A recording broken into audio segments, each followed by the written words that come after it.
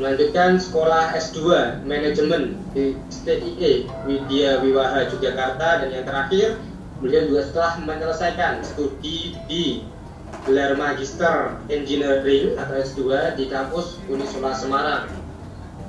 Untuk pengalaman narasumber atau pemateri pelatihan workshop seminar sangat banyak sekali. Kita sudah sering mendengar beliau menyampaikan materi di berbagai seminar, baik itu secara nasional maupun secara internasional, terkait dengan materi manajemen rumah sakit, manajemen fasilitas, manajemen kompetensi peralatan kesehatan, manajemen aset, strategi manajemen, kelistrikan medis. Kita beruntung kita belajar langsung dari ahli. Seminar webinar ini yang diadakan oleh UMY, saya juga akan menyampaikan bagaimana kelistrikan medis untuk bisa mendukung smart hospital. Apalagi sekarang teknologi sudah semakin berkembang dengan IoT atau IoT yang sekarang sudah mulai banyak diterapkan karena sangat mudah digunakan. Aplikasi ini juga sangat membantu baik rumah sakit maupun vendor yang memiliki peralatan-peralatan di rumah sakit. Apalagi vendor yang melakukan kerjasama kontrak maintenance atau vendor yang masih memiliki peralatan-peralatan yang masih masa garansi di rumah sakit. Apakah nanti peralatan yang ada di rumah sakit itu aman listriknya? Begitu juga kita semua aktivitas rumah sakit, apakah listrik yang ada di rumah sakit itu sudah aman? Bagaimana tingkat efisiensinya akan kita sampaikan pada pagi hari ini. Mas Wisnu, saya langsung share dari materi saya gitu ya. Jadi saya akan menyampaikan bahwa titik besar atau latar belakang yang harus kita perhatikan adalah berkembangnya teknologi peralatan kesehatan itu menuntut kita untuk mensupport kondisi listrik yang ada di rumah sakit, mampukah beriringan dengan kebutuhan tadi. Kalau zaman dulu saya tahun 80-an di teknik elektromedik, itu peralatan canggih yang menggunakan aplikasi software itu sangat sedikit. Kalau sekarang kebalik, semua sudah hampir menggunakan software aplikasi yang mana menuntut kebutuhan listrik yang aman. Bagaimana memberikan rasa aman terhadap peralatan, kemudian menuntut lagi bagaimana rumah sakit menyediakan listrik aman untuk pelayanan, apalagi buat pasien seperti. Rujukannya adalah ke akreditasi SENAR maupun JCI, itu juga menuntut kebutuhan tentang utilitas. Jadi di dalam berbicara listrik kita harus berbicara mulai dari perencanaannya, pemasangannya, diuji, dioperasionalkan sampai dipelihara. Jadi listrik itu perlu pemeliharaan sebagaimana peralatan-peralatan elektromedik. Apalagi lokasi-lokasi yang menggunakan listrik itu seperti kepentingan diagnostik, apalagi kepentingan bedah yang berhubungan langsung dengan keselamatan manusia. Di situ bukan hanya pasien saja yang membutuhkan keselamatan, tapi lingkungan, termasuk para medis maupun peralatan itu sendiri. Nah, peralatan listrik itu bagaimana? Ada yang kontak fisik dengan pasien langsung, seperti peralatan-peralatan EEG, SU, surgery bedah, itu apalagi langsung kontak dengan pasien seperti pemeriksaan diagnostik, EKG yang paling sederhana. Kemudian bagaimana mentransfer energi seperti alat-alat EMG dan lain sebagainya, itu sangat berisiko bila terjadi perlistrikan yang tidak sehat. Bukan hanya noise yang dihasilkan, tapi juga peralatan terjadinya kebocoran arus yang disebabkan karena overprotect. Kemudian tujuan dari materi ini adalah ingin berbagi kepada Bapak, Ibu, rekan-rekan semua, teman sejawat teknik elektromedik, semoga semangat terus dalam kita berbakti pada negeri ini terhadap keselamatan pasien. Jadi kita harus mewujudkan sarana instalasi elektrik rumah sakit itu harus berkualitas sesuai dengan fungsinya, harus handal, selaras dengan lingkungannya. Dan yang lebih penting bukan hanya handal, aman dan lain sebagainya, tapi efektivitas. Artinya efektivitas di sini akan berbicara sudahkah sesuai dengan aturan, sudahkah bisa berhemat, apakah sudah dilakukan audit energi internal ataukah sudah merencanakan untuk eksternal audit, atau bahkan belum pernah merencanakan hal seperti itu. Jadi persyaratan prestis dari listrik itu tujuannya adalah menjamin selamat, sehat, nyaman, dan mudah. Kalau semuanya itu sudah sehat, nyaman, selamat, tapi terlalu sulit juga tidak efektif. Nah, coba pada pagi hari ini kita belajar bersama-sama. Mudah-mudahan bermanfaat. Dan selama ini, karena apa? Bisa jadi kita hanya berkutat di masalah alat. Alatnya rusak. Rusaknya kenapa? Kita tidak analisis. Tahunya rusak, diperbaiki, jadi selesai. Kita belum pernah menganalisis apa penyebab terjadinya kerusakan seputar di luar peralatan. Itu akan kita bahas satu-satu. Baik, kita lanjutkan. Jadi kebutuhan daya listrik kita hitung. Daya di rumah sakit itu intinya tidak sama dengan pelayanan-pelayanan yang lain. Secara umum, memang listriknya sumbernya sama, tapi kebutuhan listriknya tidak sama. Hal yang harus diperhatikan adalah yang berhubungan langsung dengan keselamatan manusia. Sedangkan listrik pada umumnya secara tidak langsung mengancam keselamatan manusia. Coba bayangkan pada saat terjadi penggunaan listrik secara langsung, ada kebocoran listrik, itu harus kita perhatikan. Nanti ada beberapa contoh, misalnya peralatan digunakan di ruang OK. Sudah kamu gunakan isolasi transformer, kebutuhannya untuk apa? Apakah semua peralatan harus menggunakan sistem isolasi transformer? Bagaimana membuatnya? Bagaimana menghitungnya? Itulah tugas kita. Karena apa? Bisa jadi di dalam rumah sakit yang melakukan pemeliharaan itu bukan teman sejawat dari teknik elektromedik, bisa jadi dari ahlinya listrik. Tapi perlu diketahui, seperti Pak Sugit tadi sampaikan sudah jelas sekali, bahwa elektromedik itu berhubungan dengan manusia. Ada anatomi yang kita pelajari, yang mana kompetensi lain mempelajari secara detail, mahir dalam bidang listrik, belum tentu belajar tentang kebutuhan manusia atau sistem anatominya. Jadi kita harus berbagi, sharing kepada teknisi lain yang non elektromedik. Kita juga harus menyampaikan hal seperti itu. Keselamatan ini bukan hanya listriknya mampu, tapi aman dan selamat. Energi listrik kita harus ketahui. Syaratnya apa? Di rumah sakit cukup kapasitasnya. Sudahkah Anda menghitung?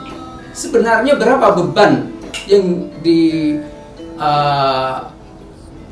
oleh listrik di rumah sakit? Sudahkah pernah menghitung berapa jumlah peralatan-peralatan yang ada di rumah sakit?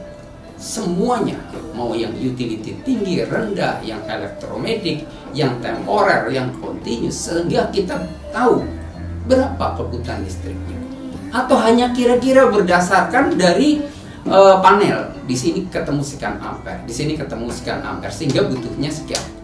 Itu sebagai monitor awal, belum tahu berapa kapasitas yang dibutuhkan. Yang kedua, kualitasnya bagaimana, arus tegangan, frekuensinya harus seperti apa. Sudahkah kita tahu berapa terjadi spek voltage dalam sehari? Berapa kali mati di dalam satu bulan? Berapa menit saat PLN terjadi pemadaman?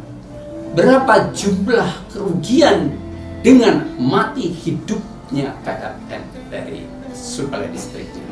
Yang disebut kerugian itu bisa bermacam-macam. Bisa jadi karena spek voltage sehingga terjadi trip tegangan. Bisa jadi karena terlalu lama mati sehingga harus mengandalkan genset. Begitu menghidupkan genset, bukan berapa minyak yang digunakan untuk menghidupkan genset, tapi berarti ada penyusutan terhadap genset, berarti ada pemeliharaan terhadap genset, berarti berapa genset, berapa kVA yang kita butuhkan, kualitasnya yang seperti apa. Ingat, produk genset yang masuk ke Indonesia banyak sekali. Spek apa yang cocok untuk rumah sakit Anda? Bisa jadi spek ini cocok untuk rumah sakit yang lain, cocok untuk pabrik. Sudah cocokkah sesuai dengan yang Anda butuhkan? Berarti pada saat membeli genset harus diperhitungkan berapa gradien kebutuhan listrik per tahunnya. Lifetime genset kita tentukan misalnya 12 tahun. Berapa 12 tahun ke depan ini kebutuhan gensetnya itu. Jangan sampai beli genset baru 4 tahun atau 5 tahun sudah harus beli genset kembali karena kebutuhan yang banyak. Itulah yang disebut manajemen di dalam energi listrik di rumah sakit. Yang kedua, handal. Handalnya bagaimana? Kita sudah menyiapkan berapa daya yang buat rumah sakit. Sudah kepakai berapa? Sisanya berapa? Pada saat terjadi temporer sifatnya ada uji coba peralatan baru, bisa jadi itu peralatan yang tidak untuk digunakan secara kontinu, berapa spare listrik yang bisa diberikan. Kemudian keseimbangan antara RST-nya sudahkah seimbang? Tidak mungkin listrik RST tidak seimbang akan handal. Itu sesuatu yang tidak mungkin, apalagi yang memiliki daya-daya 3 fase. Itu harus diperhatikan. Begitu over current di dalam fase tertentu akan menjadi panas, putaran motor tidak akan mungkin stabil. Itu harus dikembangkan. Dan berkesinambungan artinya apa? Menjamin begitu listrik mati dari PLN ambil alih oleh genset, berapa lama kemampuan genset menghandle? Sudahkah kita hitung? Kemudian yang diperhatikan begitu menghidupkan genset, satu, berapa BBM-nya? Bagaimana panas yang ditimbulkan oleh genset tadi? Bagaimana sirkulasi anginnya? Genset ini adalah genset yang luar atau dalam gedung, kita juga harus perhatikan. Kemudian pengamanan dan keselamatan penggunanya harus tetap dijamin. Groundingnya berapa? Berapa ohm grounding yang Anda siapkan? Sudahkah memiliki grounding 0,2 ohm untuk peralatan-peralatan yang mengandung software aplikasi dengan keselamatan tinggi atau dengan keselamatan terhadap pasien? Kemudian berikutnya, grounding yang Anda pasang sudahkah dicek setiap tahun atau secara periodik per 6 bulan? Bisa jadi groundingnya bagus karena musim hujan. Pada saat musim kemarau bisa jadi groundingnya sudah jelek. Sudahkah Anda melakukan rutinitas seperti itu? Berdatakah yang Anda miliki? Ini akan menjadi catatan buat kami, termasuk saya, karena kebutuhan peralatan listrik harus dipahami. Kerusakan alat bukan karena utility, bukan karena operasional, bukan karena pemeliharaan, bisa jadi karena kualitas listrik yang kurang bagus. Maaf teman-teman semua, saya sering keliling dari ujung ke ujung di Indonesia. Kebutuhan listrik bermacam-macam, kualitas listrik dari daerah satu ke daerah yang lain berbeda-beda. Artinya apa? Kebutuhannya bisa jadi berbeda. Itulah yang dibutuhkan di dalam penanganan manajemen kelistrikan di rumah sakit. Baik, kemudian kita harus tahu ini, karena peralatan di rumah sakit, kita harus paham. Ada listrik dengan kelompok 1. Artinya dipakai untuk general atau umum. Bisa jadi listrik ini mati atau ada pemadaman dari PLN. Dan tidak perlu langsung diganti power line. Listrik ini adalah yang tidak membahayakan pasien langsung. Itu bisa ditunda penggunaannya. Bahkan kalau mati pun tidak membawa resiko. Nah, ini kalau di dalam aturan JCI ini menggunakan yang warna putih. Itu harus kita pilih. Kemudian ada yang warna biru. Ini yang warna biru. Jadi ini ada toleransi pada saat ada pemadaman listrik PLN. Ada toleransi yang diizinkan di jeda sampai 10 detik. Maksudnya dengan jeda 10 detik dianggap belum membahayakan. Berarti warnanya, stop kontaknya itu warna biru.